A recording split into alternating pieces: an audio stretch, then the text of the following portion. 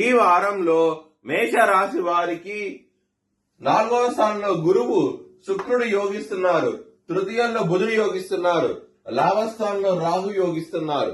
4 గ్రహాలు యోగిస్తున్నాయి. కానీ ఎలినాటి శని ఉన్నది వ్యయ స్థానంలో.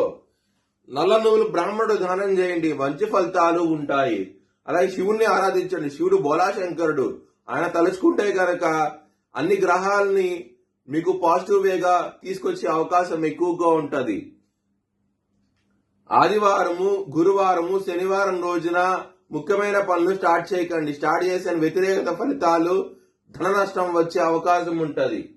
మంగళవారం, బుధవారం రోజున ముఖ్యమైన పనులు స్టార్ట్ చేశాను, ఖచ్చితంగా విజయం సాధిస్తారు.